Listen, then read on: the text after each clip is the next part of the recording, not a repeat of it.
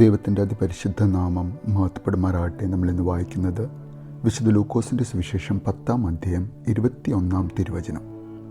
ആ സമയം തന്നെ പരിശുദ്ധാത്മാവിൽ ആനന്ദിച്ച് അവൻ പറഞ്ഞു, സ്വർഗത്തിൻ്റെയും ഭൂമിയുടെയും കർത്താവായ പിതാവേ, അവിടുത്തെ ഞാൻ സ്തുതിക്കുന്നു.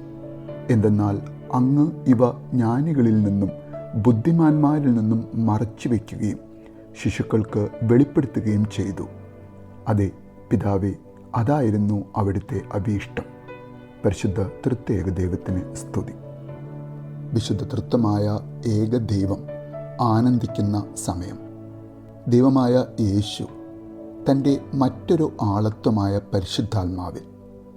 ആരാണ് ആ പരിശുദ്ധാത്മാവ്? നമ്മുടെ എല്ലാം ഉള്ളിൽ പ്രവർത്തിക്കുന്ന, നമുക്കെല്ലാം സന്തോഷവും സമാധാനവും ധാരാളം നമ്മുടെ ഉള്ളിലിരുന്ന് നമുക്ക് തരുന്ന പരിശുദ്ധാത്മാവ്.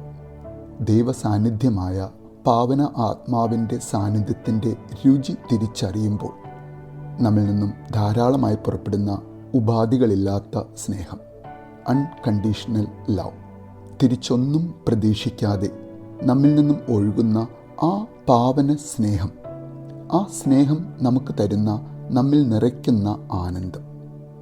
ഇവിടെ ആ ആനന്ദം പരിശുദ്ധാത്മാവ് യേശുവിന് നൽകുന്ന സമയമാണ്. ആർക്കാണ് ഇവിടെ ആനന്ദം നൽകുന്നത്? വിശുദ്ധ തൃത്വത്തിലെ 3 വ്യക്തിത്വങ്ങളിലെ ഒന്നാമത്തെയും രണ്ടാമത്തെയും വ്യക്തിത്വങ്ങളായ പിതാവിൽ നിന്നും പുത്രനിൽ നിന്നും പുറപ്പെടുന്ന പരിശുദ്ധാത്മാവ്, പിതാവിൽ നിന്നും ജനിച്ചവനായ ദ ബിഗോട്ടൻ സൺ യേശു ക്രിസ്തുവിൽ തൻ്റെ മനുഷ്യാവതാരത്തിൻ്റെ സമയം യേശുവിൽ നിറയ്ക്കുന്ന സ്പിരിച്വൽ ഹാപ്പിനെസ്. വിശുദ്ധ തൃത്വത്തിലെ 3 ആളത്വങ്ങളായ എന്നാൽ ഒരേ ദൈവ സ്വഭാവമുള്ളവർ അവരുടെ ആഴത്തിലുള്ള ബന്ധത്തിൽ നിന്നുള്ള ആത്മീക സന്തോഷം നാം വായിച്ചു മനസ്സിലാക്കുന്ന ഒരു തിരുവചനം. ആ സന്തോഷത്തിൽ നിന്നുകൊണ്ട് ഭൂമിയിലേക്ക് ഇറങ്ങി വന്ന് ക്രൂശിൽ അതിവേദന അനുഭവിച്ച് മരിച്ച് മനുഷ്യരാശിയുടെ മുഴുവൻ പാപപരിഹാരാർത്ഥം ഒരു ബലിയാകുവാൻ ദൈവ കുഞ്ഞാടായി നമ്മുടെ ഇടയിലേക്ക് വന്ന രക്ഷകനായ യേശു തൻ്റെ പിതാവിനെ സ്തുതിക്കുകയാണ്. സ്വർഗത്തിൻ്റെയും ഭൂമിയുടെയും കർത്താവായ എൻ്റെ അപ്പ, അവിടുത്തെ ഞാൻ സ്തുതിക്കുന്നു. ഈ ഒരു പ്രാർത്ഥനയോട് ചേർന്ന് യേശു പറയുകയാണ്, ഇവ ജ്ഞാനികളിൽ നിന്നും ബുദ്ധിമാന്മാരിൽ നിന്നും മറച്ചു വയ്ക്കുകയും ശിശുക്കൾക്ക് വെളിപ്പെടുത്തുകയും ചെയ്തു എന്ന്.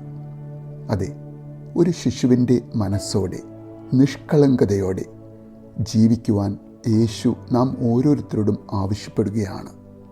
അങ്ങനെ ഒരു ഹൃദയം നമുക്ക് ഈ വചനത്തിൻ്റെ സുവിശേഷത്തിൻ്റെ പൊരുൾ തിരിച്ചറിയുവാനും സൃഷ്ടാവായ പിതാവാം ദൈവത്തിൻ്റെയും രക്ഷകനായ പുത്രൻ തമ്പുരാൻ്റെയും സംബന്ധം കൊണ്ടും സഹവാസം കൊണ്ടും നമ്മുടെ ഉള്ളിൽ വസിക്കുന്ന, പ്രവർത്തിക്കുന്ന, നമ്മെ ദൈവമക്കളാക്കുന്ന, യേശുവിൻ്റെ സഹോദരങ്ങളാക്കുന്ന പരിശുദ്ധാത്മാവിൻ്റെയും അഭീഷ്ടത്തിനൊത്ത് ജീവിക്കുവാൻ യേശു ഈ തിരുവചനത്തിൻ്റെ അവസാനത്തിൽ നാം ഓരോരുത്തരോടും പറയുകയാണ്. എന്താണ് യേശു പറയുന്നത്? പിതാവേ, ശിശുക്കൾക്ക് നീ വെളിപ്പെടുത്തി കൊടുത്തു, അതായിരുന്നു അവിടുത്തെ അഭീഷ്ടം, ആഗ്രഹം എന്ന്. ഇന്ന് നമുക്കും പ്രാർത്ഥിക്കാം, പ്രവർത്തിക്കാം. നമ്മെ ഓരോരുത്തരെയും കുറിച്ച് ഇങ്ങനെ പറയുവാൻ തക്കവണ്ണമുള്ള ഒരു ഹൃദയവിശുദ്ധി നമുക്ക് തരുവാനായി നല്ലൊരു ദിവസം നേരുന്നു.